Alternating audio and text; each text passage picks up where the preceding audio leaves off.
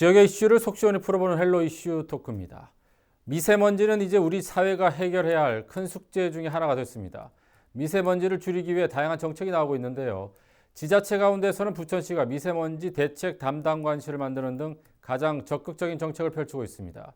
자, 그중에서도 시민들이 참여하는 미세먼지 프로젝트가 눈에 띄는데요. 1년을 맞은 시민 참여 미세먼지 프로젝트 어떤 활동과 성과가 있는지 두 분 모시고 함께 얘기 나눠보겠습니다. 부천시 미세먼지 대책 담당관 최종화 미세먼지 TF팀장 그리고 박지영 시민 코디네이터 자리해 주셨습니다. 안녕하십니까? 네, 안녕하세요. 반갑습니다. 네. 자, 이제 겨울이 돼서 그런지 최근에 미세먼지가 더 극심하게 나오고 있는 것 같은데 특히 부천 같은 경우에는 미세먼지가 좀 심하죠. 시민으로서 어떻게 지금 체감하고 계세요? 뭐 저는 건강한 사람이라 아직 특별하게 숨쉬기 힘들다 이건 느끼지 못하는데 가족 중에 천식을 앓고 있는 분들이 계세요. 그래서 밖에 나가면 오늘은 되게 숨쉬기가 힘들다. 엄마 밖에 나가기 너무 힘들어요. 이런 얘기를 많이 할 때 미세먼지를 체크해 보면 이제 고농도 수치를 나타내고 있기 때문에 이런 부분 때문에 좀 힘들구나. 이제 그렇게 느끼는 거지 제가 직접적으로는 아직 체감하지 못하고 있습니다. 네. 저도 최근에 이제 운동을 가끔 하는데 미세먼지가 있을 때는 정말 목이 굉장히 따갑다라는 느낄 정도로 굉장히 좀 심해진 것 같아요. 근데 부천시가 미세먼지를 잡기 위해서 민선 7기 들어서 미세먼지 대책 담당관실을 만들었어요. 네. 미세먼지 대책 담당관실 어떤 역할을 하는 곳인가요? 우선은 저희가 대책 담당관이 없다 하더라도 네. 원래 각 부서별로 미세먼지 사업을 하고 있었는데 이 사업들이 이제 각 부서별로 각자 이제 알아서 하다 보니까 어떻게 보면 총괄을 컨트롤하는 이제 부서가 없는 그 개념에서 이제 컨트롤 타워를 만들었다고 보시면 될 것 같아요. 미세먼지 사업 쪽으로. 네. 컨트롤 타워를 통해서 조금 네. 일사불란하게 움직일 수 있는 뭐 그렇죠. 그런 저희가 거죠. 이제 정책이나 이게 사실상 부서별 업무를 하다 보면 저희도 어느 부서에서 어떤 걸 하고 있는지가 다 파악되는 거가 쉽지가 않거든요. 네. 그다음에 미세먼지 관련된 사업들을 다 모아서 어떻게 운영되고 있는지를 이제 하나로 계속 보고서를 만들고 저희가 이제 컨트롤해 가는 거죠. 네.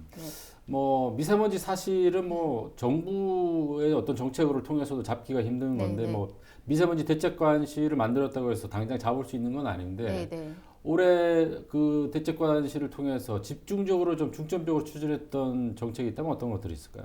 우선은 뭔가를 이제 컨트롤 할 수 있는 부서를 만들었기 때문에 그게 제일 큰 거가 될 거고 저도 이 업무를 맡으면서 도대체 어떤 거 어떻게 해서 방향을 나아가야 이게 좋은 정책이나 이렇게 사업이 될 것인지에 대한 고민이 많았을 적에 제일 와닿았던 건 여태껏 저희가 사업을 미세먼지 관련된 거 안 하고 있는 상태가 아닌데 그렇죠. 시민들이 체감하지 못한다는 거.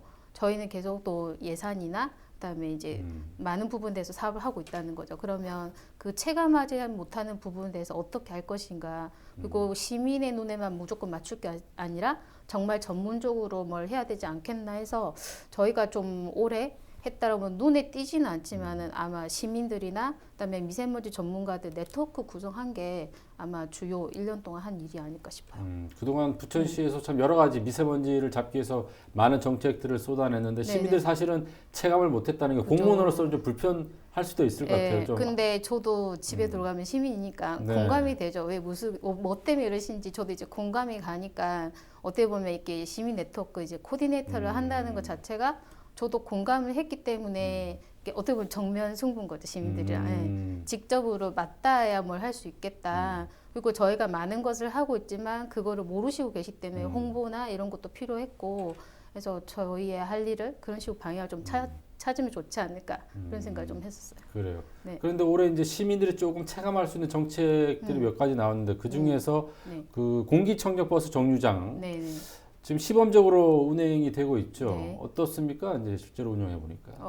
아까 초반에 이제 제가 그 미세먼지 전문가들 네트워크 구성을 한다고 말씀드렸잖아요. 그래서 작년에 저희가 협약을 이렇게 전문가들과 한 단체들만 저희가 한 6군데가 넘는데 거기에 뭐 한국철도기술연구원도 있고 그다음에 저희가 한국입자에어로졸 학회, LH 토지주택연구원 뭐 이런 분들 여기가 미세먼지 관련해서 R&D 연구들 되게 많이 하세요. 그래서 이번에 저희가 그 버스 정류장 자체가 한국철도기술연구원에서 이제 R&D 사업 하시는 거를 부천시의 테스트 베드로 이제 설치를 해서 이게 도로에서 제비산먼지라든지 그다음에 매연, 그다음에 평소에 고농도일 때는 어떻게 보면 셀터존 이런 개념으로 운영을 해 보고자 이제 설치를 했는데 목표 자체가 R&D 목표 자체가 미세먼지 50% 그러니까 보통 정류장 대비 여기가 미세먼지 정도 50% 저감이 목표이다 보니까 올해 연구 결과로 했을 적에 30% 저감 결과는 나왔어요. 근데 데이터는 그렇게 나오지만 또 시민들이 느낄 땐 다르다는 거죠.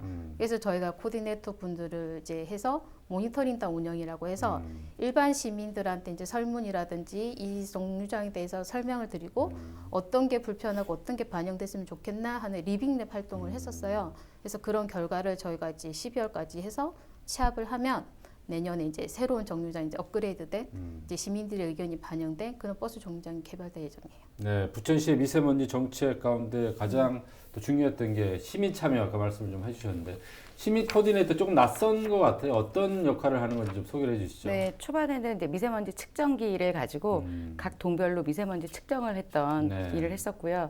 이제 그거에 관심들이 많다 보니 부천시에서도 교육을 차라리 시켜봐서 시민들이 또 시민들을 만나는 그런 일을 좀 해봤으면 좋겠다 싶어서 이제 일반 상식부터 전문적인 강사 과정까지 지금 교육 활동을 1년 동안 꾸준하게 해오고 있습니다. 그럼 본인이 하고 싶은 시민이면 뭐 누구나 할 수 있는 건가요? 네, 할 수 있습니다. 아, 그럼 그 절차가 어디 가서 어떻게 하겠다 이렇게 얘기를 할 수 있는 거예요? 부천시에서는 이제 문자 알림 서비스도 있고요. 또 카카오 플러스라는 그런 앱도 있고 또 부천 자체에서 앱을 개발했기 때문에 그쪽으로 계속 정보를 제공해주고 있습니다. 좀 신뢰된 질문인지 모르겠지만 어떤 보수를 받고 하는 건가요? 그렇지 않습니다. 아, 예, 자발적으로 자원봉사입니다. 자발적으로 우리